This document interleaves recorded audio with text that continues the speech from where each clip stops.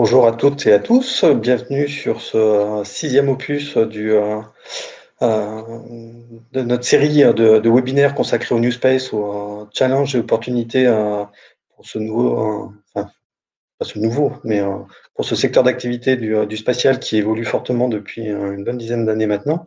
Aujourd'hui, je serai accompagné de Sylvain Gérard, qui est entre autres professeur-chercheur au laboratoire Hubert Curien à l'Université de Saint-Étienne. Je dis entre autres parce qu'il a une multi-casquette et il en parlera à travers sa présentation. L'idée aujourd'hui, c'est de poursuivre notre cycle de conférences sur le New Space, notamment dans le cadre de l'animation du booster CoSpace Centaura.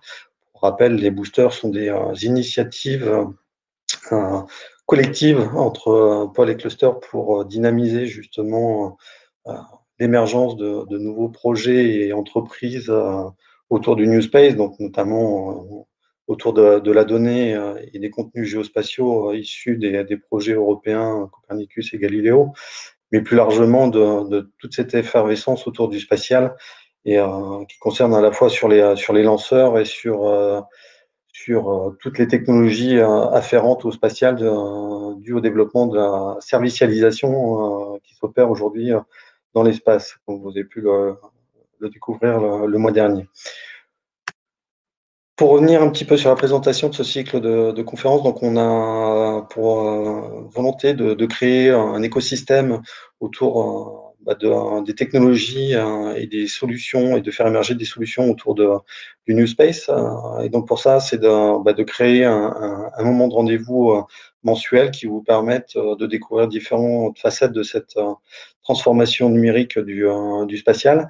Pour rappel, on a donc eu 5 éditions précédentes, enfin 6 même avec celle de lancement avec le CNES, pour vous présenter un petit peu l'accompagnement du CNES pour des sociétés intéressées pour investiguer l'industrie spatiale à travers des sujets spécifiques qui bénéficient de l'expertise du CNES. On a abordé la question de l'exploitation des images satellitaires avec la plateforme DIAS, Moody Web Service piloté par Atos Business Service.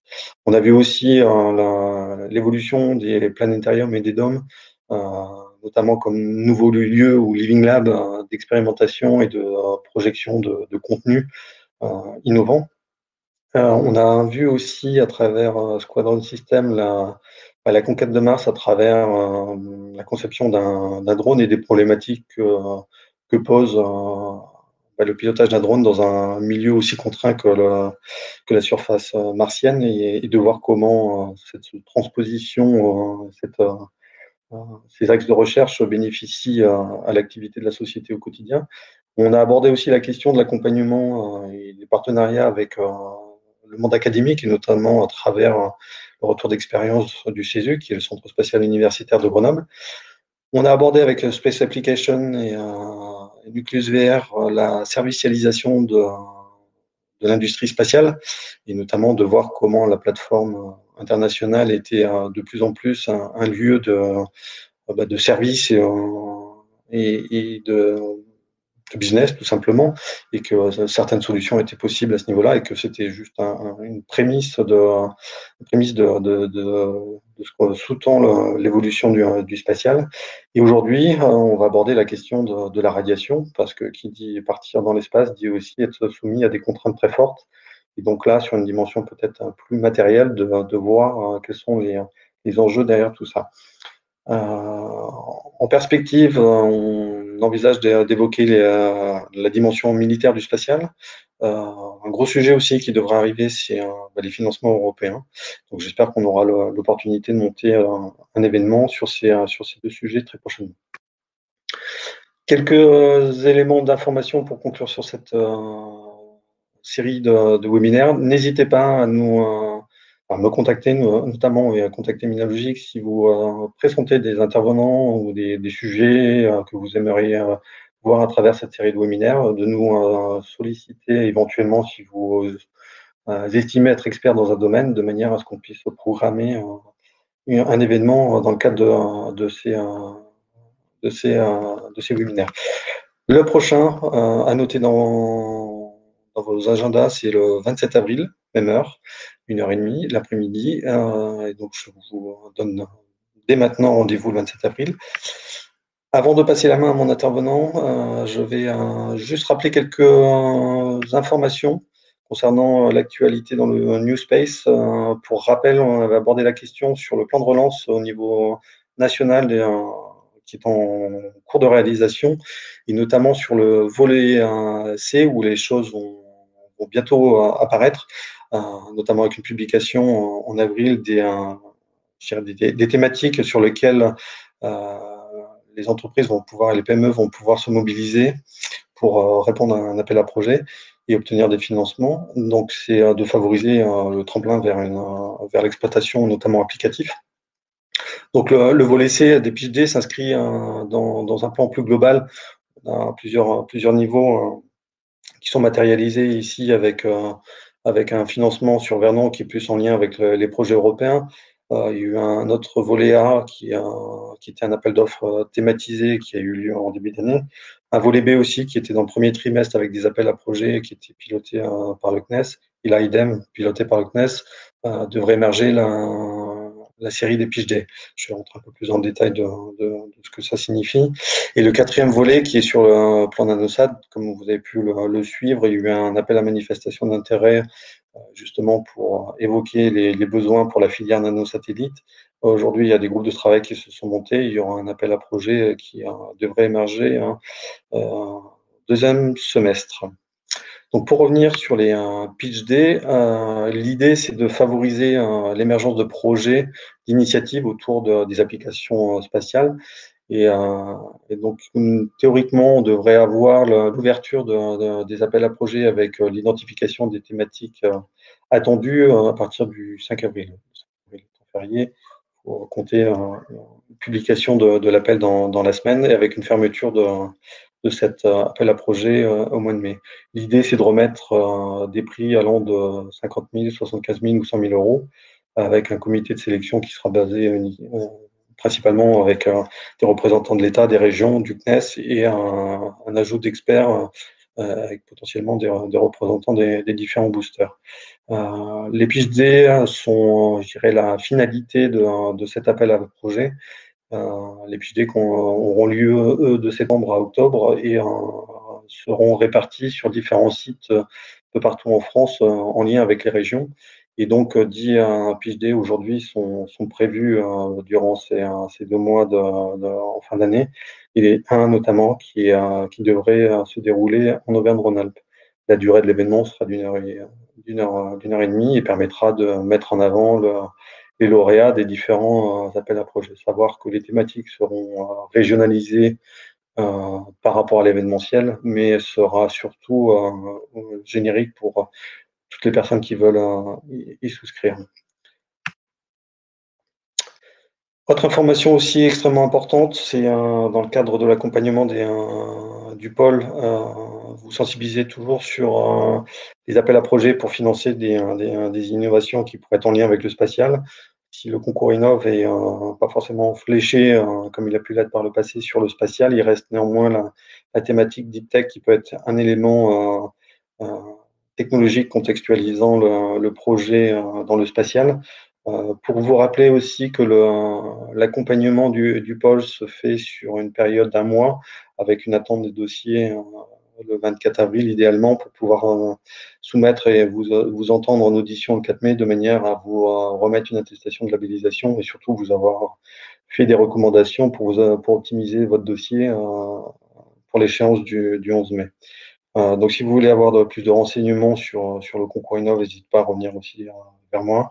En fonction de la thématique et du sujet, on verra au sein de l'équipe innovation de Minalogie quelle est la personne la plus habilitée pour vous accompagner sur le dossier. Autre élément aussi important, notamment au niveau européen, grosse actualité à venir. Donc, première phase de sensibilisation, je dirais, premièrement pour les académies, ne pas négliger le fait d'avoir des possibilités de financement pré appel à projet, c'est-à-dire de vous aider à monter un réseau de partenaires et de commencer à travailler sur un prépositionnement d'un projet en vue de répondre à des appels d'écoles d'Horizon Europe.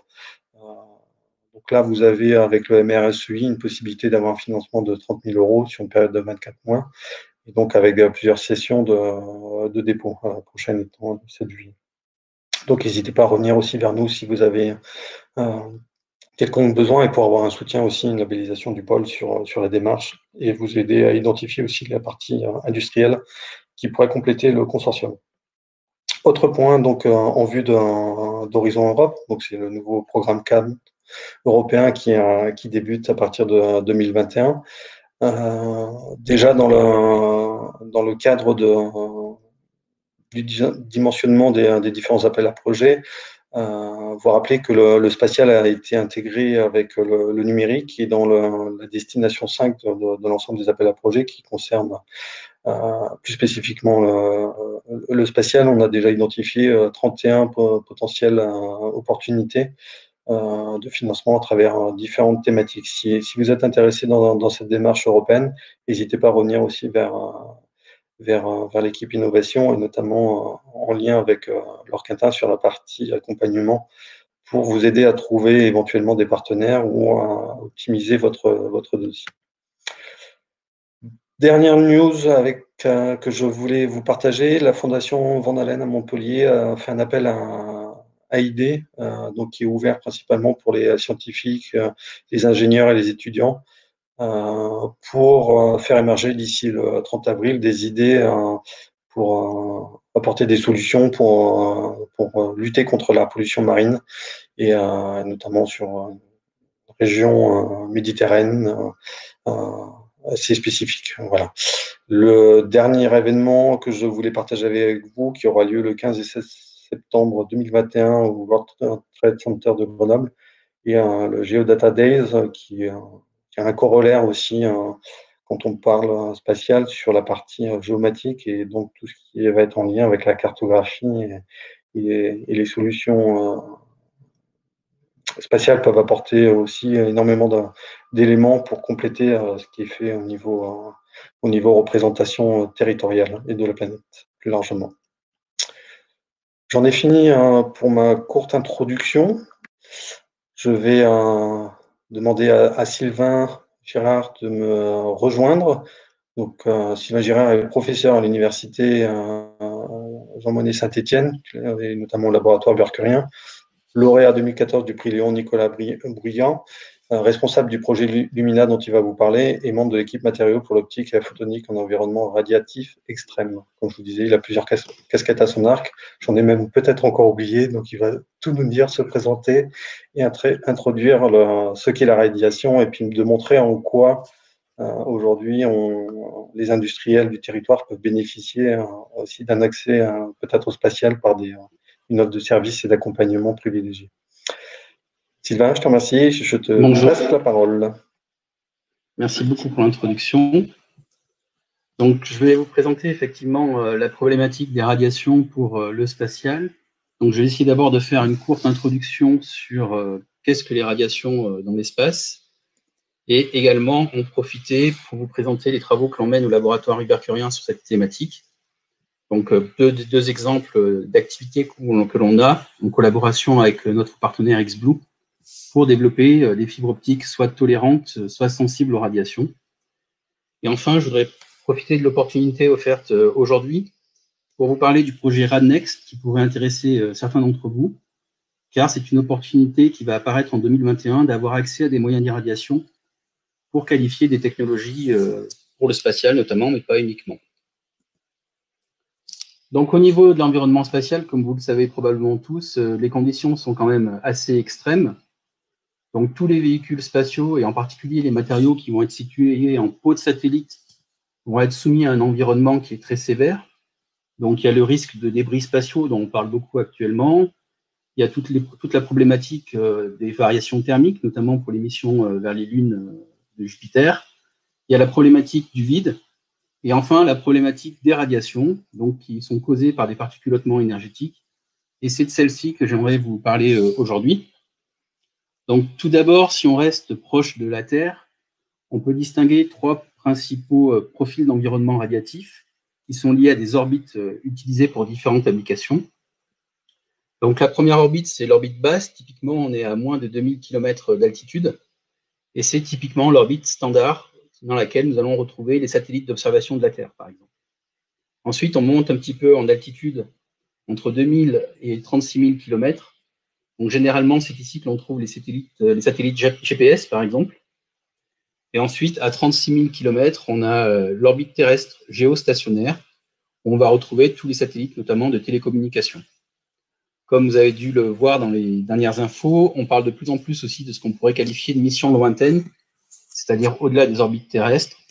Donc notamment, on sait que d'ici quelques années, on devrait avoir des missions lunaires et également, plus tard, probablement des missions vers Mars, donc probablement même avec des vols habités. Et pour les vols habités, bien sûr, la problématique radiation est très très importante. Mais aujourd'hui, ce que je vais vous expliquer, c'est plutôt les conséquences des radiations sur les matériaux et sur les composants. Donc tout d'abord, d'où viennent ces radiations et comment se comportent, on va dire, les radiations ou l'environnement spatial autour de la Terre. Donc on a trois principales sources de radiation dans l'espace.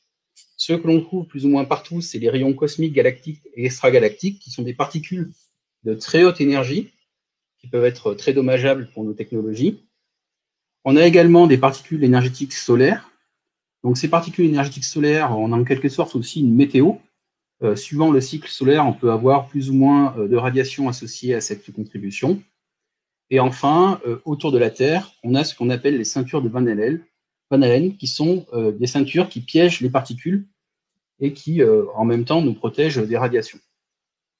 Donc, en fonction des applications visées et notamment de l'orbite à laquelle sera située votre application, vous aurez des contributions relatives de ces différentes sources de radiation. Et notamment, donc, si on zoome un petit peu pour se rapprocher de la Terre, vous pouvez voir qu'en fonction des orbites que nous allons considérer, on ne va pas être exactement au même endroit des ceintures de Van Allen, et les contraintes radiatives ne seront pas exactement les mêmes. Et si par exemple on descendait un peu plus bas au niveau de l'atmosphère, donc là aussi, ces particules très fortement énergétiques vont en quelque sorte créer des cascades de particules secondaires.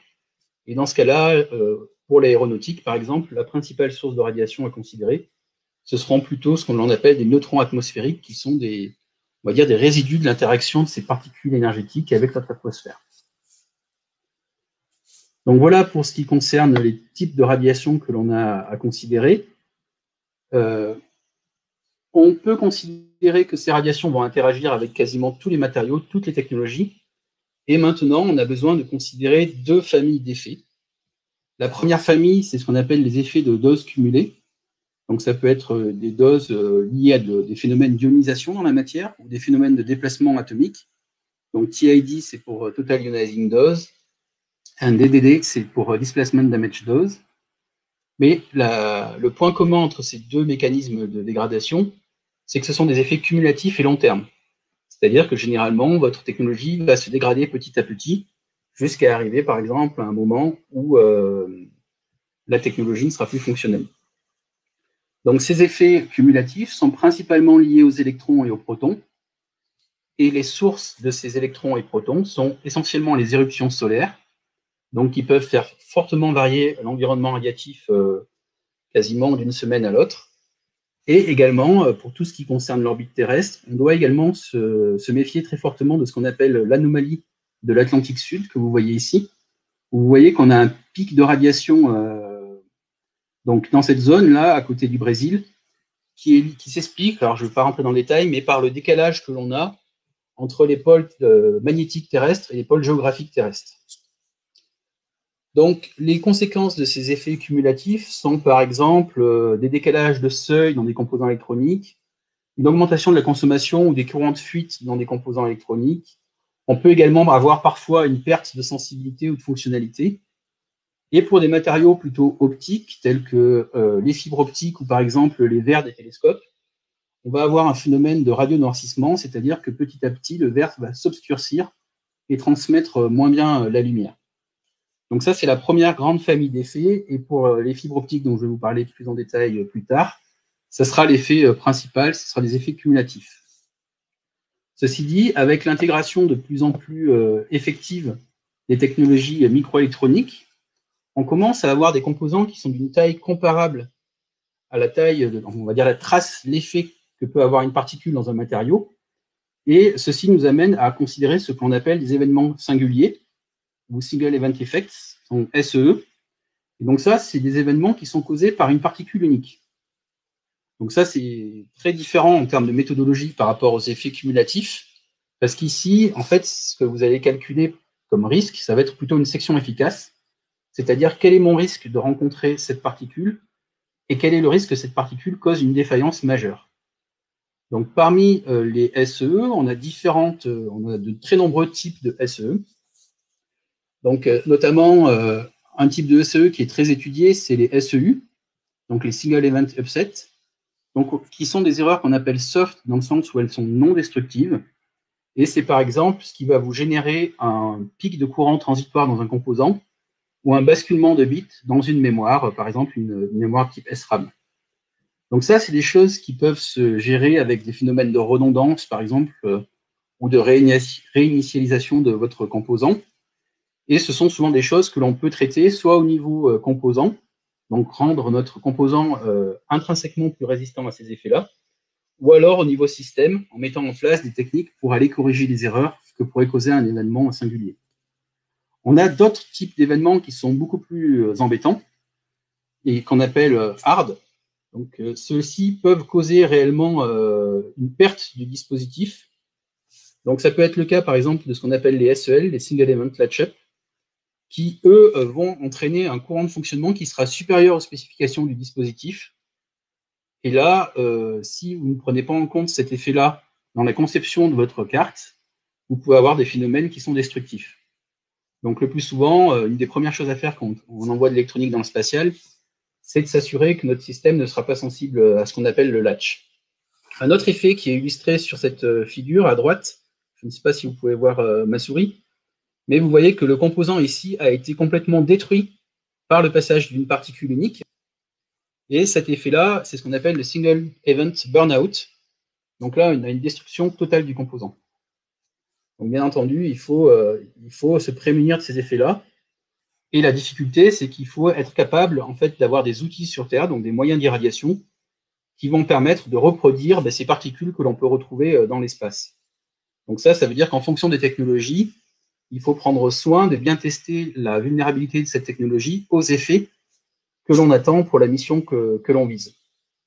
Et ça, c'est une difficulté typiquement pour le New Space, c'est parce que dans cette approche-là, on privilégie l'emploi de technologies qu'on appelle COTS, c'est-à-dire des technologies sur étagère commerciales, qui n'ont pas été conçues pour être intrinsèquement durcies aux radiations. Donc ça veut dire qu'on peut, à coup sûr, accepter un risque que la technologie soit affectée par les radiations. Ce qu'il faut, c'est être capable de quantifier ce risque et de vérifier qu'il est acceptable vis-à-vis du besoin. Et donc ça, c'est un problème qui devient de plus en plus émergent, parce que la tendance en microélectronique, comme vous le savez tous, c'est d'avoir des systèmes de plus en plus petits. Donc, on va dire, c'est pas une règle absolue, mais une tendance, c'est que les technologies microélectroniques deviennent de moins en moins sensibles aux effets cumulatifs, par contre, deviennent de plus en plus sensibles aux effets d'événements singuliers.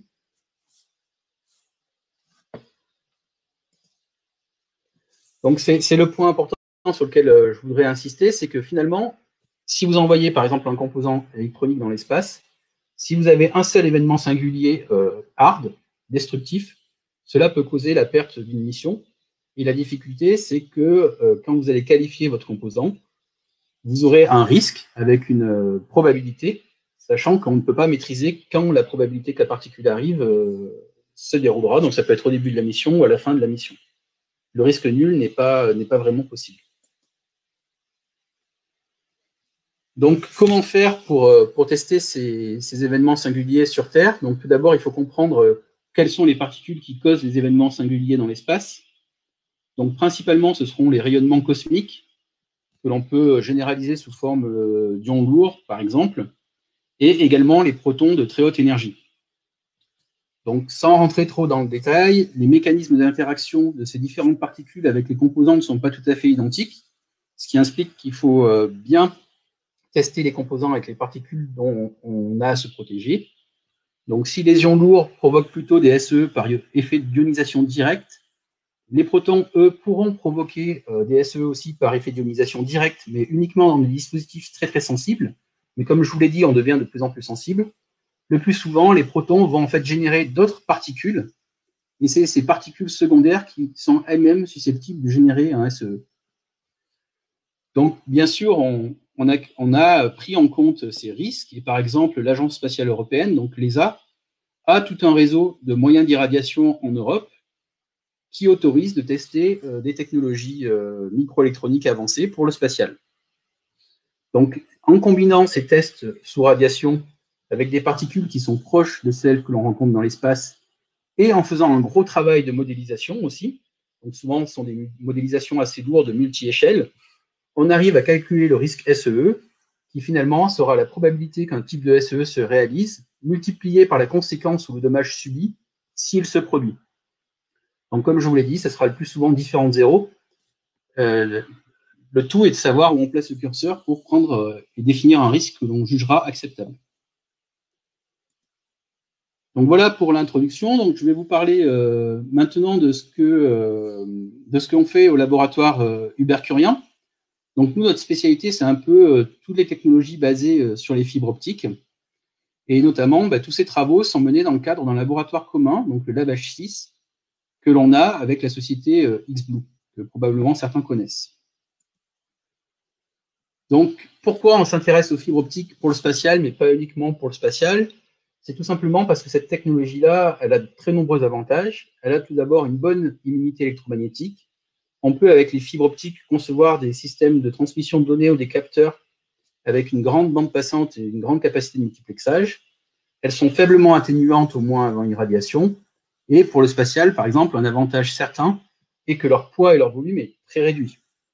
On peut également, avec certaines fibres bien choisies, avoir une résistance très forte aux températures. Avec des fibres métalliques, par exemple, on peut monter à plusieurs centaines de degrés. C'est pourquoi les fibres optiques sont très étudiées pour être intégrées dans des environnements nucléaires. Vous pouvez voir ici quelques-uns de ces environnements qui sont un peu classés en fonction de la dose, donc la quantité de radiation, et le débit de dose, qui est la vitesse de dépôt de ces radiations. Et tout ceci pour faire des applications de transfert de données, de diagnostic, par exemple pour le laser mégajoule en France, ou de capteurs ponctuels ou répartis de température, déformation, niveau de liquide, ou comme je vais vous le montrer, on peut également faire des capteurs de radiation avec ces fibres optiques-là. Donc, qu'est-ce qui se passe quand on irradie une fibre optique? Donc, à l'échelle macroscopique, on a trois principaux effets. Le premier, dont je vous ai déjà un petit peu parlé, c'est que quand on irradie, vous voyez ici un verre qui est utilisé pour faire des optiques, par exemple, de télescopes ou des lentilles. Si vous irradiez ce verre, petit à petit, il va noircir. Et ça, c'est le phénomène qu'on appelle le phénomène de RIA, d'atténuation induite par irradiation. Et c'est ce phénomène qui est dimensionnant pour la plupart des applications que l'on a dans le spatial. Donc, c'est ce phénomène-là qu'on va essayer de contrôler au niveau du laboratoire et avec nos partenaires. D'autres phénomènes peuvent arriver, mais dans des environnements plutôt autres que le spatial. Donc, on peut avoir également de la lumière qui va être générée dans la fibre optique par les radiations. Donc, ça, c'est une image que j'aime beaucoup d'un collègue belge, Benoît Brichard, qui a émis une fibre optique dans un cœur de réacteur. Et ce que vous voyez ici, c'est la lumière qui est générée dans la fibre optique en sortie de fibre. Donc, on a probablement plusieurs milliwatts de lumière blanche. Une bonne partie provient du rayonnement Cherenkov. Et enfin, pour certaines applications comme les centrales ou les cœurs de réacteurs, on peut avoir des phénomènes de changement d'indice et de compaction du verre. Donc, nos fibres sont faites en silice pur. Et dans ce cas-là, on peut avoir une altération des performances, notamment des capteurs à fibre optique. Donc, ceci, c'est pour, ça peut faire un peu peur, cette planche, mais l'idée est très simple, c'est que tous ces effets macroscopiques s'expliquent par des phénomènes microscopiques qui sont en fait des défauts ponctuels dans la silice amorphe pure ou dopée des fibres. On connaît les mécanismes à l'origine de ces défauts, on connaît certains de ces défauts, mais la physique, finalement, reste toujours trop complexe aujourd'hui pour que l'on puisse établir des modèles prédictifs pour pouvoir, par exemple, dire dans cet environnement-là, telle fibre optique avec telle composition aura cette réponse. C'est pourquoi des tests radiatifs sont, par exemple, toujours nécessaires avant de pouvoir envoyer une fibre optique dans l'espace. Et comme pour la microélectronique, ces fibres optiques évoluent dans le temps. Donc, je ne sais pas si certains d'entre vous en utilisent, mais il faut être très très prudent parce que dans notre communauté, on dit en général que les fibres qui ont un cœur de silice pur sont les fibres qui sont les plus durcies aux radiations. Et en ce moment, on avait une espèce de convergence des moyens, dans le sens où les télécommunications sur Terre ont aussi orienté une partie de leur production sur des fibres à cœur de silice pur. Donc on s'est dit, bah, tant mieux, ça va bénéficier pour le spatial. Et on pourrait finalement avoir des fibres optiques que l'on appelle durcies, donc tolérantes aux radiations, à moindre coût parce qu'elles sont produites en très grande quantité. Et donc on a eu au laboratoire l'idée de tester ces fibres optiques-là en fin d'année dernière. Et c'est une catastrophe parce que vous voyez qu'à des doses qui sont comparables au spatial, cette fibre optique-là qui présente des pertes de 0,16 dB par kilomètre avant irradiation, pendant l'irradiation et à des débits de dose qui ne sont pas si élevés que ça, on monte à 3000 dB du kilomètre. Donc ça veut dire qu'au bout de chaque mètre de fibre optique, vous allez perdre 50% du signal. Donc typiquement, ces nouvelles fibres, il faudra être très prudent. C'est un bel exemple de technologie COTS qu'on ne peut pas utiliser, à part pour faire éventuellement de la détection de radiation. Donc, une autre grosse activité qu'on a à travers le laboratoire commun avec XBlue, le LabH6, c'est de travailler au durcissement des lasers et amplificateurs à fibre optique dopés aux terres rares. Donc, comme vous le savez, on travaille de plus en plus sur l'établissement de communication optique en espace libre, avec l'objectif tout simplement de multiplier la bande passante et de pouvoir remplacer les belles photos que l'on a par des vidéos 4K. Et pour faire ceci, il faut des lasers et amplificateurs à fibre dopée erbium et ytterbium qui vont nous permettre en fait d'amplifier le signal utile avant de l'envoyer sur Terre, ou même sur Terre avant de le détecter. Donc une des difficultés pour ce type de produit ou d'application, c'est que historiquement, les premiers tests qui ont été faits sur des amplificateurs à fibre dopée erbium, par exemple, ou erbium-ytterbium, ont montré que les composants étaient excessivement sensibles aux radiations. Excessivement dans le sens où ils étaient beaucoup plus sensibles aux radiations qu'une fibre passive classique des télécoms. Donc ceci entraîne que notre amplificateur optique va voir son gain s'écrouler, voire même ne remplira plus du tout la fonction d'amplifier le signal utile. Donc ici, j'ai mis des petits carrés de couleurs pour signifier qu'on a différentes thématiques, en quelque sorte, selon que l'on travaille sur des amplificateurs de faible puissance, de puissance modérée ou forte puissance. Typiquement, on est avec 1 watt de signal amplifié, ou la tendance actuelle portée par le marché des communications d'espace libre, de très forte puissance avec des puissances supérieures à 10 watts. Donc en 2012, typiquement, l'état de l'art était le suivant. On avait commencé à comprendre que la dégradation des amplificateurs était liée à la dégradation de la fibre, et que contrairement à ce qu'on pensait auparavant, ce n'était pas les terres rares qu'on avait rajoutées pour faire l'amplificateur qui causaient la dégradation de l'ampli, mais c'était plutôt le choix que l'on avait fait pour la matrice vitreuse pour maximiser ce phénomène d'amplification. Donc une fois qu'on a pu comprendre la physique, on a pu proposer des approches de durcissement. Donc le durcissement, c'est qu'on veut améliorer la réponse d'une technologie à l'échelle du matériau. Donc certains, par exemple, ça c'était l'université de Montpellier, ont proposé de doper des fibres optiques par des techniques impliquant des nanoparticules, ou alors d'autres équipes ont offert de charger la fibre optique avec un gaz, typiquement de l'hydrogène. L'hydrogène, comme pour la microélectronique, permettant de passiver les défauts que les radiations créent. La difficulté, c'est comment garder l'hydrogène pendant les 20 ans de la mission spatiale. Donc, on a travaillé beaucoup avec XBlue sur cette thématique-là, et depuis 2016, on a en fait réussi à identifier des techniques de durcissement qui autorisent d'avoir des amplificateurs qui maintenant sont capables de résister au niveau de radiation associé aux missions actuelles, et même au niveau de radiation des missions futures qui seront probablement plus exigeantes en termes de tenue à la dose cumulée. Donc, ce que vous voyez ici à gauche et à droite, c'est l'évolution du gain de l'amplificateur en fonction de la dose de radiation. Ce que vous voyez en grisâtre, ce sont des résultats issus de la littérature. Donc, vous voyez que le gain diminue très, très, très vite avec les radiations. Donc, c'est vrai pour à la fois les amplificateurs faible puissance et forte puissance. Et ce que vous voyez en rouge, ce sont les résultats qu'on a réussi à obtenir dans le cadre du laboratoire commun. Et vous voyez que finalement, la dégradation devient très très faible et tout à fait tolérable. Donc ça, c'est un des résultats importants, c'est que maintenant, des amplificateurs existent et donc pourront être utilisés pour les missions spatiales. Donc maintenant, ce qui nous occupe beaucoup, c'est plus seulement d'aller durcir les systèmes à l'échelle du matériau, mais vraiment d'aller travailler sur l'architecture même de l'amplificateur optique pour réduire sa sensibilité aux radiations. Donc cette approche-là, ça serait trop coûteux de faire une approche uniquement expérimentale, notamment en termes de temps d'irradiation. C'est pour ça qu'on travaille à l'université sur le développement d'outils de simulation qui permettent de reproduire la dégradation des amplificateurs. Donc là, on compare ce que nous sommes capables de faire actuellement en simulation, donc en rouge, par rapport à l'expérimental qui est en noir.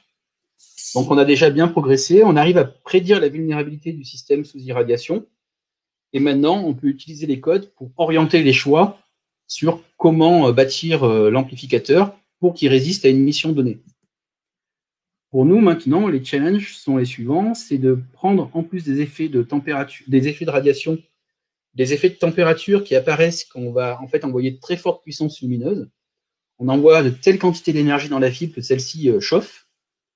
Et du coup, la température est un des phénomènes qui va changer la réponse de la fibre. Donc, on essaye justement maintenant de comprendre comment on va pouvoir avoir des effets combinés entre température et radiation. Et notamment, il y a 2 ans maintenant, on a été les premiers à tester un amplificateur de très forte puissance, donc qui délivrait plus de 20 watts en sortie à 1550 nanomètres, la longueur d'onde télécom. Et on a regardé comment ces amplificateurs tenaient en radiation. Et pour les fibres que l'on avait testées à l'époque, ce n'est pas quelque chose qui est forcément généralisable à toutes les fibres optiques que l'on pourrait imaginer. Ce que l'on avait constaté, c'est que le fait de passer à très très forte puissance était très bénéfique en termes de tenue aux radiations. Et l'effet de la température, on va dire, ou de l'échauffement de la fibre dû aux fortes puissances, permettait de réduire fortement la dégradation de la fibre. Donc voilà pour cette partie sur les amplificateurs optiques. C'était pour vous illustrer comment on peut, en comprenant la physique de dégradation de la silice dopée sous irradiation, on peut proposer des voies, contrôler la génération de défauts et donc proposer des composants qui soient durcis. Donc l'application suivante est un peu le contraire. C'est comme vous l'imaginez, je vous ai présenté la fin des études, c'est-à-dire où on avait trouvé la solution. Mais en cherchant la solution, on a également identifié des fibres qui étaient très radiosensibles. Et on s'est dit, peut-être que certaines de ces fibres peuvent servir de détecteurs de radiation. Et en faisant plus d'études, on s'est rendu compte que non seulement on pouvait détecter les radiations, mais on pouvait réellement les quantifier et donc faire ce qu'on appelle un dosimètre. Donc là, c'est encore un travail qui est fait dans le cadre du Lab H6, mais en très forte collaboration avec le CERN. Et on a développé des fibres optiques qui permettent en fait de quantifier les radiations. Alors, le principe est assez simple. On mesure l'évolution des pertes, donc la RIA, en fonction de la dose. Comme vous le voyez, on a une jolie droite. Et en fait, cette droite, donc cette courbe de calibration est plus ou moins indépendante de tous les paramètres externes du type température, débit de dose, des choses comme ça. Elle est également indépendante du type de particules, et ça, c'est très important pour l'espace où on a beaucoup d'environnements différents. Et donc, tout simplement, en utilisant des outils qui existent, par exemple pour les télécommunications, en mesurant les pertes optiques, on est capable de mesurer les radiations. Soit en utilisant une longueur de fibre, on peut faire une mesure globale sur toute la longueur, voire en utilisant des techniques réflectométriques, on peut en fait utiliser chaque mètre de fibre optique comme un capteur unique. Donc typiquement, c'est des choses que nous sommes en train de déployer au CERN. Donc il va y avoir 30 km du LHC qui seront interrogés par des capteurs à fibre optique dès cette année. Et c'est aussi quelque chose que nous avons souhaité valoriser dans le cadre de notre collaboration avec le CNES, à travers une expérience qu'on appelle l'expérience Lumina. Donc je ne sais pas si vous avez eu la chance d'entendre parler de Lumina, mais comme vous pouvez le voir, on a un très joli écusson officiel. Donc Lumina est l'une des 12 expériences retenues dans le cadre de la mission Alpha de Thomas Pesquet. Donc l'objectif de Lumina est d'amener un dosimètre à fibre optique dans la Station spatiale internationale et plus particulièrement dans le module Columbus. Alors j'ai choisi cette illustration de l'ISS où on voit le module, mais également parce que vous voyez à l'extérieur une nouvelle station de test qui va être mise en service bientôt, donc par Airbus Defence and Space, pour du test de matériaux dans l'espace réellement. Et nous aurons également, à travers une expérience qu'on appelle Sésame, l'opportunité de mettre des fibres optiques sur la plateforme Bartolomeo et de pouvoir ensuite les caractériser au sol pour savoir quelle dose a été reçue par les échantillons qui seront exposés à cette radiation. Donc au niveau de Lumina, c'est quelque chose qui est coordonné par le service des vols habités du CNES, le CADMOS. On retrouve le Lab H6 avec XBLUE et le laboratoire ibercurien et le CERN. Donc, pour vous illustrer un peu le principe, je peux vous montrer une photo qui a été prise il y a maintenant une dizaine de jours. Donc, on était au CNES et on a livré le modèle de vol. Et là, vous pouvez voir une photo de l'intérieur du modèle de sol, où vous voyez en fait que dans le modèle sol de Lumina, nous avons 2 bobines de fibre optique qui ont été fabriquées à Lannion. L'une fait 7 km et l'une fait 2 km. La différence entre les deux est qu'elles ne seront pas interrogées à la même longueur d'onde et qu'à ces 2 longueurs d'onde, une dans l'infrarouge et une dans le visible, la sensibilité de la fibre est un petit peu différente. Donc ça nous permet d'avoir la mesure de dose par 2 moyens qui présentent chacun des avantages et certaines limitations. L'idée de Lumina sera donc de faire la première démonstration d'un dosimètre à fibre optique dans l'espace et ensuite de promouvoir cette technologie pour les futures missions spatiales, notamment les missions qui auront lieu vers la Lune et vers Mars. L'objectif étant de pouvoir fournir un système in situ qui permet de détecter le faible niveau de radiation en fait, que l'on observe en prémisse d'une éruption solaire. Parce que pour les vols habités, en fait, il va falloir forcément être capable de prévenir les astronautes de l'imminence d'une éruption solaire pour qu'ils puissent aller dans une partie du vaisseau qui sera protégée des radiations. Donc, si vous voulez, je pourrais vous expliquer plus en détail Lumina, mais je voudrais garder un peu de temps pour vous parler du projet RadNext qui peut vous intéresser. Donc, le projet RadNext est porté par le CERN, donc par Ruben Garcia-Alia du CERN, et ce projet va démarrer en juin 2021. Donc, RadNext est une proposition d'infrastructure H2020, donc Infra 02 2020. Donc, l'idée de RadNext est de créer un réseau d'installation et une méthodologie d'irradiation connexe pour répondre aux besoins émergents en matière d'irradiation des composants des systèmes électroniques. Donc, comme je vous ai expliqué, notamment avec l'avènement du New Space, on va avoir besoin de plus en plus de moyens d'irradiation. Et l'objectif de RadNext, c'est en fait de venir coordonner l'ensemble de ces moyens d'irradiation. Vous pouvez voir ici qu'il y a de très nombreux partenaires et d'offrir en fait une plateforme, un guichet aux gens du spatial, pas que du spatial, mais notamment du spatial, pour venir interagir avec ce réseau et être orienté pour savoir, en fonction du besoin, quels seraient les moyens d'irradiation les plus adaptés et aussi la méthodologie de test la plus adaptée.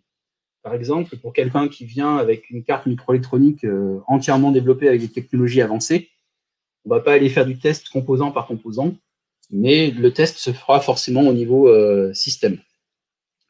Donc, il y a également d'autres aspects dans le projet, comme l'optimisation des moyens de caractérisation et de test. Donc là, vous pouvez voir les objectifs que j'ai énoncés. Donc, ce qu'il faut retenir, c'est que notamment dans ce type de projet-là, en fait, il y aura la possibilité pour des acteurs hors projet de venir candidater à des appels à projets pour avoir accès à la fois à du temps de faisceau et une expertise des membres du projet pour les aider en fait à développer leur technologie et, par exemple, pour une société qui ne connaîtrait rien au spatial, aller voir si cette technologie pourrait être implémentée, par exemple, à grande échelle dans des constellations de satellites ou des choses comme ça. Donc ici, on a également quelques illustrations sur les différents work packages. Donc il y a bien sûr tout ce qui est networking activities. Le point très important, c'est tout ce qui est ce qu'on appelle le transnational access, qui est donc l'opportunité offerte à la communauté européenne d'accéder à du temps d'irradiation et en plus bien choisi auprès d'installations qui en général sont assez difficiles à accéder. Et il y a également toute une activité de R&D pour aller optimiser tous ces tests sous radiation, trouver des moyens, par exemple, de comparer chaque installation en termes d'irradiation. Donc, notamment, on retrouve, si on prend le premier work package, le 5, c'est tout ce qui est activité de détecteur de radiation, d'instrumentation de faisceaux. Et donc, c'est moi-même qui coordonne ce work package pour RadNext. Donc, RadNext devrait débuter en juin. on devrait avoir le premier appel à candidature pour bénéficier du temps de faisceau fin juin, j'imagine. Donc, n'hésitez pas à aller sur le site web de RadNext pour être tenu au courant ou à me contacter si vous pensez que vous pourriez être intéressé par bénéficier de cet outil. Donc, je vous remercie pour votre attention et cela conclut ma présentation. Merci. C'est moi qui te remercie, Sylvain. Merci beaucoup pour cette présentation très pédagogique sur un sujet assez pointu, même très pointu. Donc, pour enchaîner sur les questions, je te propose d'enchaîner avec les questions qui ont été posées via le chat. Donc, pour ceux qui n'auraient pas vu mon message, vous avez la possibilité de poser une question via le chat. Donc, n'hésitez pas. Tout l'enjeu est aujourd'hui et maintenant de compléter la présentation de Sylvain. Est-on capable de simuler et reproduire totalement le rayonnement spatial par des essais au sol? Jusqu'où les particules sont-elles proches, entre guillemets, de celles rencontrées en orbite? Donc, globalement, on est capable, notamment avec des outils, par exemple, comme le CERN, qui sont capables de générer des particules de très haute énergie, de reproduire des particules. La grande difficulté des tests sur Terre radiatifs pour le spatial, c'est qu'on va toujours les faire en accéléré. En effet, une mission spatiale peut durer 20 ans, mais le test, on va déposer l'affluence des particules, non pas en 20 ans, mais en quelques jours ou quelques heures parfois. Et donc, le grand challenge des tests radiatifs, très très souvent, c'est de savoir quelle est l'influence de ce qu'on appelle le débit de dose ou le flux. C'est-à-dire, est-ce que le fait de faire un test en accéléré, c'est bien un pire cas? Et si c'est un pire cas, de combien? Parce que souvent, après, il y a une notion de marge qui apparaît. Ou, voilà, c'est ça les principaux problèmes. Après, il y a des problématiques, par exemple, comme les protons de basse énergie, qui sont des problématiques qui apparaissent au fil du temps avec l'évolution des technologies, où là, on a le besoin de concevoir de nouveaux moyens d'irradiation. Et là, par exemple, récemment, une des problématiques, ça a été d'avoir des moyens d'irradiation qui permettent de tester dans des environnements mixtes sur des objets assez gros, donc à un niveau système, par exemple, tout un petit CubeSat, aller le tester en un coup au niveau système. Donc ça, il y a des choses qui se créent, hein. Il y a tout le temps des installations qui se modernisent ou qui se créent. Et un exemple, c'est l'installation CHARMM du CERN, qui permet de faire ce test, par exemple, avec des particules, un environnement très complexe avec tout un tas de particules, sur des objets qui sont gros, donc typiquement de la taille d'un petit nanosatellite, par exemple. Mais non, tout n'est pas couvert, alors on essaie d'en couvrir le maximum, et après, il y a la difficulté qu'avec l'explosion du New Space, donc du marché quelque part, les moyens d'irradiation sont peut-être un peu en volume sous-dimensionné par rapport à la demande. Donc c'est pour ça que le projet RadNext a été aussi proposé, pour essayer d'optimiser l'utilisation des moyens existants, voire de réfléchir à ce qu'il faudrait développer. Ok, merci bien. Quel est l'avantage de Lumina par rapport aux autres systèmes de détection de radiation existantes? Donc, il y a plusieurs, comme pour toutes les technologies, il y a des avantages et des limitations. Donc, un des gros avantages de la dosimétrie par fibre optique au-delà de Lumina, c'est tout d'abord qu'on est vraiment, on a une très grande insensibilité à la température et au débit de dose par rapport, par exemple, à des dosimètres basés sur des technologies microélectroniques. Et un avantage, ou vous allez peut-être me dire un inconvénient, c'est qu'on est uniquement sensible aux effets d'ionisation. Donc ça veut dire que quel que soit le type de particules que l'on utilise pour irradier la fibre, nous, on va mesurer la dose ionisante, donc la TID, et en fait, on n'aura pas d'effet, par exemple, de déplacement atomique ou de choses comme ça. Donc ça, c'est quelque chose qui est assez unique et qui permet, par exemple, on a testé ces fibres-là avec des neutrons atmosphériques, et on a parfaitement réussi à suivre le flux de neutrons atmosphériques. Donc, on ne voyait pas les déplacements des neutrons, mais on voyait l'ionisation secondaire qu'ils génèrent. Et donc, ça permet de faire, par exemple, du fluide. C'est une des applications que l'on envisage avec le CNES pour les ballons stratosphériques, d'aller monitorer le flux de neutrons dans l'atmosphère. Et on a aussi une grande dynamique de mesure. Typiquement, on peut mesurer jusqu'à quelques dizaines de microgrés, jusqu'à 500 grés, sans trop de difficultés, en ajustant notamment la longueur de fibre, des choses comme ça. Donc, on va dire que c'est une technologie qui présente quand même Il y a beaucoup de technologies de dosimètre, mais celle-ci présente pas mal d'avantages. C'est pour ça qu'on a pu accéder aussi vite, par exemple, à une expérience dans l'ISS. C'est que l'intérêt est assez fort. Ok, très bien. Y a-t-il des passerelles et ou similitudes avec le milieu nucléaire en termes de radiation et de résistance des composants électroniques? Alors, si c'est entre le spatial et... Alors, très souvent, alors, pour le milieu nucléaire, si par exemple on pense on va dire vraiment à l'industrie nucléaire, euh, les niveaux de radiation sont plus élevés que le spatial. Et très souvent, en fait, les technologies microélectroniques, à un moment, ne sont plus fonctionnelles. Donc, c'est ce qui nous occupe beaucoup pour les fibres optiques, c'est que quand on dépasse un certain niveau de radiation, le plus souvent, les technologies microélectroniques ont du mal à résister, même s'il y a de grands progrès qui sont faits actuellement là-dessus. Par exemple, on travaille sur développer des capteurs d'image durcis qui tiennent le mégagré. Donc ça, c'est déjà des choses qui ont énormément progressé. Par contre, par exemple, on a déjà instrumenté un cœur de réacteur nucléaire avec le CEA, avec des fibres optiques où on a des niveaux de radiation qui sont du gigagré à comparer de quelques grés pour le spatial, et avec des fluences neutrons qui sont de l'ordre de 10 neutrons par centimètre carré. Donc des choses où l'utilisation de la microélectronique serait complètement impossible. Après, sinon, la problématique est assez proche. Hein. Sinon, ce qui change, c'est le type de particules. On n'aura pas, par exemple, des ions très lourds pour le nucléaire. Par contre, on aura beaucoup d'effets de gamma ou de neutrons de fission, donc 0,8 MeV. Et ça, la méthodologie est proche, mais ce n'est pas tout à fait les mêmes outils en général pour les tests. Très bien, je ne vois pas d'autres questions. Moi, j'en avais une. C'était un peu dans la déclinaison des technologies et de leur exploitation sur d'autres secteurs d'activité.